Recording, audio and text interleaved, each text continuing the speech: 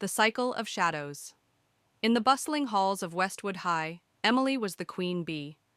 With her flawless looks and sharp tongue, she ruled her peers through fear and manipulation.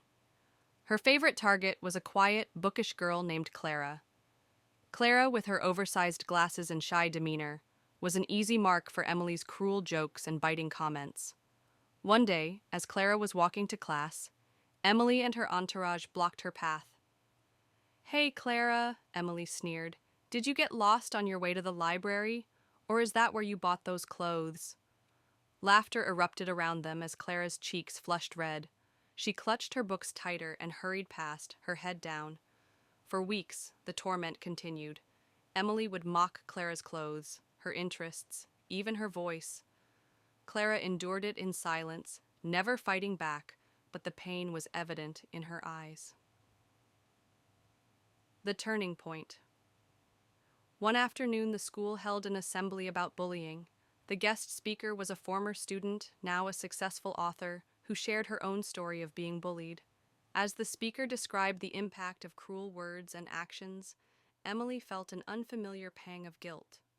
She brushed it off, convincing herself that she was just having fun and that Clara needed to toughen up. But everything changed the next day. Emily was walking home when a group of older girls from another school surrounded her. They began mocking her, mimicking her voice and laughing at her designer clothes. "Who do you think you are, princess?" one of them jeered. "Too good for the rest of us?" For the first time, Emily felt the sting of humiliation. She tried to fight back with words, but they only laughed harder. By the time they left, she was shaken to her core. A new perspective. Over the next few days, Emily avoided Clara. She couldn't bear to see her, let alone speak to her. The guilt from her own actions, combined with the pain of her experience, weighed heavily on her. She began to notice the subtle ways her bullying had affected Clara. How she avoided eye contact, how she sat alone at lunch, how her hands trembled when she spoke in class.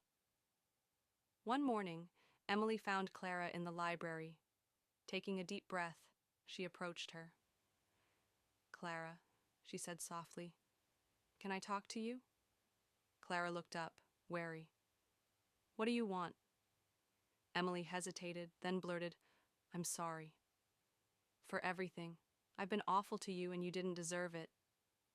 Clara stared at her, stunned. For a moment she said nothing. Then in a quiet voice, she replied, "Why now?" Emily explained what had happened to her and how it had opened her eyes. "I know I can't undo what I did, but I want to make it right," she said. A path to redemption.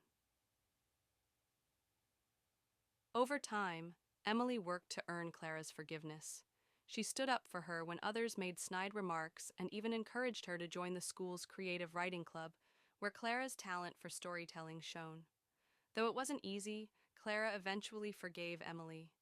The two girls formed an unlikely friendship, bound by their shared experiences and the lessons they had learned.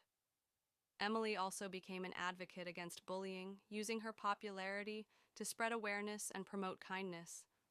She learned that true strength wasn't in tearing others down, but in lifting them up. In conclusion, the cycle of shadows was broken. Emily's journey from bully to advocate was a reminder that change is possible, and even the most broken relationships can be mended with courage and empathy.